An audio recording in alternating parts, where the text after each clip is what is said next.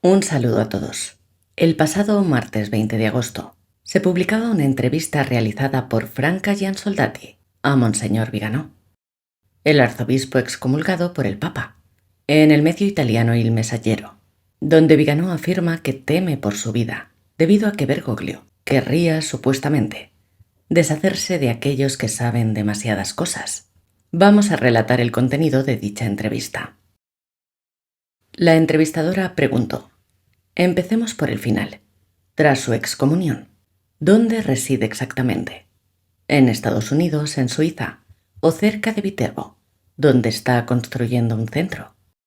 A lo que Monseñor Viganò respondió: tras la difusión de mi memorial sobre el caso McCarrick, en agosto de 2018, un contacto mío en Estados Unidos me advirtió de que mi vida corría peligro. Por eso no resido en un lugar fijo. No quiero acabar como el cardenal Pell, ni como mi predecesor en Washington, el nuncio Pietro Zambi. También él se enfrentó enérgicamente al entonces cardenal McCarrick. Zambi murió en circunstancias que nunca se han aclarado, tras una operación trivial. El certificado de defunción entregado a la nunciatura no explicaba la causa de la muerte de Zambi, sobre el que nunca se realizó una autopsia. Prosigue la entrevistadora. Usted acusa al Papa de haber actuado tarde, ignorando inicialmente los abusos de McCarrick, más tarde condenado por pederastia y expulsado del colegio cardenalicio. ¿Qué pruebas concretas había? A lo que Viganò respondió: cuando estaba en la Secretaría de Estado, como delegado para las representaciones pontificias, yo mismo me ocupé del caso McCarrick, y ya entonces pedí su expulsión del cardenalato. Mis superiores directos son responsables de no haber tenido debidamente en cuenta mi juicio basado en testimonios incontrovertibles. Evidentemente, alguien en la Secretaría de Estado se benefició de las acciones de McCarrick. Pienso en las enormes sumas recaudadas a través de la fundación papal que McCarrick había creado en Estados Unidos. Fue a Monseñor Sandri, entonces sustituto, a quien entregué mi nota sobre McCarrick, pero la ambición y las perspectivas de promoción profesional le indujeron a callar y encubrir los escándalos. ¿Tan influyente era McCarrick?, le preguntó. Su respuesta fue: Bergoglio debe su elección a McCarrick, y el papel del ex cardenal de Washington es notorio por el acuerdo secreto chino-vaticano, que fue fuertemente apoyado por los jesuitas y el establishment democrático. El castigo contra él, decidido solo en 2019, sirvió para salvar la reputación del pontificado. Lamentablemente, no hubo un debido proceso canónico y los testigos no tuvieron la oportunidad de nombrar a sus cómplices, y el juez no pudo imponer ninguna indemnización a las víctimas, ya que Bergoglio se arrogó al derecho de definir cosa juzgada al caso, sin divulgar el decreto oficial, que también es un acto público. La medida administrativa decidida pretendía ocultar la red de complicidades, a pesar de que los crímenes eran conocidos desde hacía décadas. Otra pregunta: ¿por qué chocó con el cardenal Bertone, entonces secretario de Estado en 2011? Hizo todo lo posible para apartarme de la Secretaría de Estado. En mi delicadísimo papel en las nunciaturas, le impedía promover a sus candidatos, a menudo corruptos, así que se las arregló para transferirme a la gobernación de 2009, donde había descubierto el papel y la complicidad en el encubrimiento de la prevaricación. Benedicto XVI me convenció para que aceptara la candidatura estadounidense. Prosigue la presentadora. Se rumorea que usted está furioso con Francisco porque le quitó su piso en la curia mientras Bertone sigue viviendo en su famoso alojamiento, que también ha acabado en el centro de una investigación. ¿Cómo están las cosas? El piso que se me había asignado me lo puso a disposición Juan Pablo II cuando volví de Nigeria. Me escribió: para que puedas residir permanentemente en el Vaticano. En 2016, sin embargo, Bergoglio me ordenó abandonarlo, negándome incluso la posibilidad de residir en la casa de San Benito, habitada para los nuncios jubilados. La justificación fue que había necesidad de ese piso, pero, por lo que sé, quedó vacante. Fue claramente una acción vengativa. Bergoglio quería quitarse de en medio a alguien que sabía demasiado y que no era maniobrable. Lo ponen entre comillas, refiriéndose a que él no era manipulable.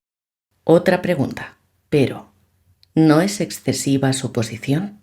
A lo que Viganò responde: si hubiera guardado silencio, habría faltado gravemente a mis deberes de obispo, como lamentablemente hacen muchos de mis hermanos.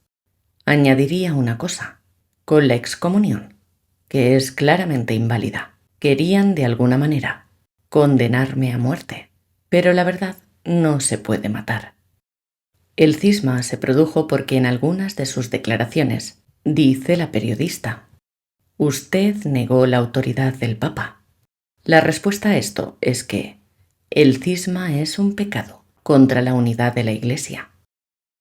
Tiene lugar cuando un bautizado se niega a someterse a la autoridad del romano pontífice y a permanecer en la comunión de fe y caridad de la Iglesia católica. Pero, ¿qué ocurre si en lugar de que el Papa defienda y gobierne la Iglesia, hay quienes la violan sistemáticamente? La periodista añade: usted también rechazó el concilio en su totalidad. Respuesta: la acusación de haber rechazado el Concilio Vaticano II no tiene nada que ver con el cisma, porque si acaso toca cuestiones de magisterio y no de disciplina canónica. La acusación es engañosa. Hay cardenales y obispos que niegan verdades de fe, definidas solemnemente, sin que Bergoglio mueva un dedo, es más, con su aplauso. Ella añade: así que para ella, el Concilio Vaticano II no es la Carta Magna. Viganò prosigue: la anomalía es precisamente este concilio, porque fue utilizado para un fin subversivo, bajo las apariencias formales de un acto solemne de la Iglesia y con la autoridad, además de la autoridad del Papa y de los padres conciliares.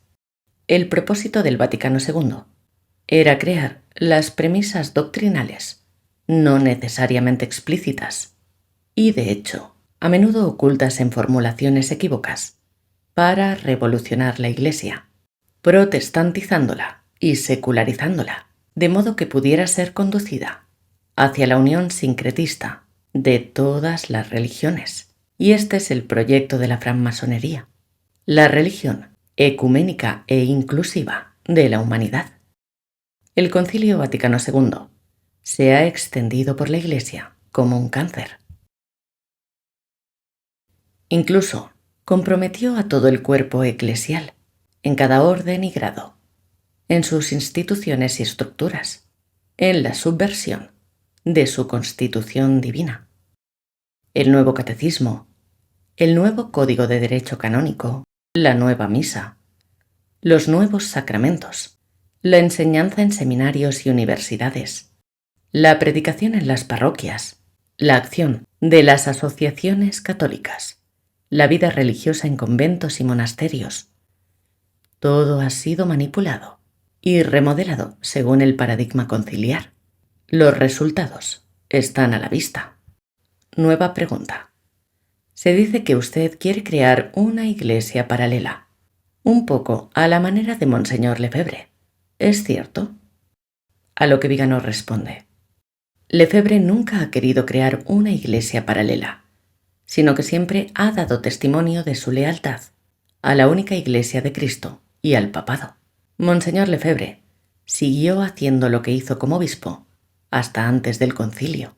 Fue la Iglesia conciliar la que cambió la doctrina, la moral, la liturgia, la disciplina. Siguió ordenando sacerdotes, dándoles una formación tradicional, asegurando la celebración de la misa apostólica. Hoy, 50 años después, el plan subversivo denunciado por Lefebvre es aún más evidente, y las respuestas que entonces eran válidas exigen hoy un nuevo enfoque. ¿Por qué insiste tanto en la acción de la llamada élite globalista?, dijo la presentadora. Estamos atravesando un periodo de crisis muy grave en la Iglesia y en la sociedad. Las autoridades de todas las instituciones son hoy expresión de esa élite y obedecen a poderes supranacionales.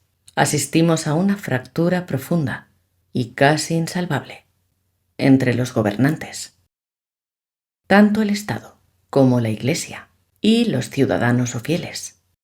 Digamos que se ha roto el pacto social, que subyace al reconocimiento de la autoridad del Estado, por un lado, y al vínculo de obediencia a Cristo, por parte de los gobernantes en la Iglesia, por otro. En la práctica, los gobernantes del Estado se han rebelado contra Cristo Rey y los miembros de la jerarquía católica se han rebelado contra Cristo Pontífice. Su autoridad es usurpada. Esta herida debe curarse restituyendo a Cristo su señorío universal. Pregunta. En los últimos años, ¿no ha habido intentos de solucionar los desacuerdos? Vigano dice: nunca he recibido comunicaciones privadas de ningún tipo, ni de ninguna autoridad vaticana. En una entrevista con Valentina Larraqui para la cadena mexicana Televisa, Bergoglio negó públicamente la conversación que mantuvo conmigo el 23 de junio de 2013. Incluso llegó a afirmar obsesivamente que no sabía nada de McCarrick. Por último, la periodista añade: usted tuvo un pleito civil con su hermano, sacerdote y jesuita, por la herencia familiar y fue condenado a indemnizarle. Vigano aclara diciendo: intentaron hacerme pasar por deshonesto y ladrón, aludiendo a mis dolorosos y personales sucesos familiares relacionados con mi hermano sacerdote, que sufrió un derrame cerebral y fue manipulado por abogados sin escrúpulos, contra los que no quise ensañarme, impugnando una sentencia injusta, prefiriendo seguir el mandato evangélico. Quien quiera demandarte, que se quite la túnica, que deje también el manto. Las acusaciones contra mí fueron ampliamente refutadas por todos mis hermanos y por la evidencia de los hechos.